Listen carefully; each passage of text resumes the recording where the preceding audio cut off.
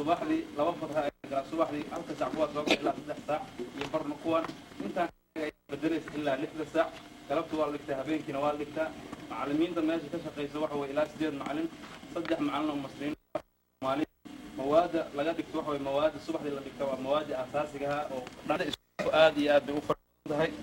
iskuulka aad buu noogu yar yahay waxa aan saa ugu qaybin labada qaybood waxa keenaya annagoon haysan iskuul ku filan ardadii misadii iyo wixii dhibaato meel kala fariistaan awgeed qalabka waxbarashada aad iyo baahida macallimiinta iska weyn marka saaka oo aad noo timid waxa farxad noo ah annaga boqoshadaas waxayna gelinaysaa dilo hor leh in aan dadaalkeena hore u sii kicino marka idinku ah mas'uuliyiinta magaalada waxaan niga codsanaynaa baahida haysata shacabka Soomaaliyeed iyo shabaabka dhalinyarada waxbarashadooda ah in xilqaan weyn la iska saaro oo loo tanbiih loo yeesho arinta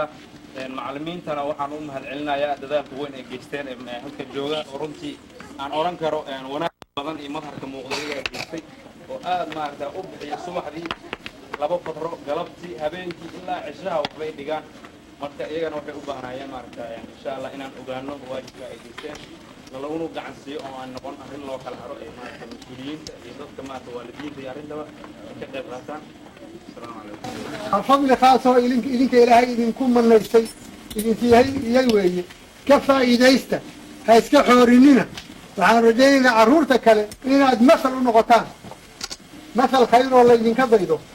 وعن رجينا إنا عرور باري والد كود باري معلم كود أطيعة ويال كود كوين حرمية ويال كريرها حرمية إنا النغطان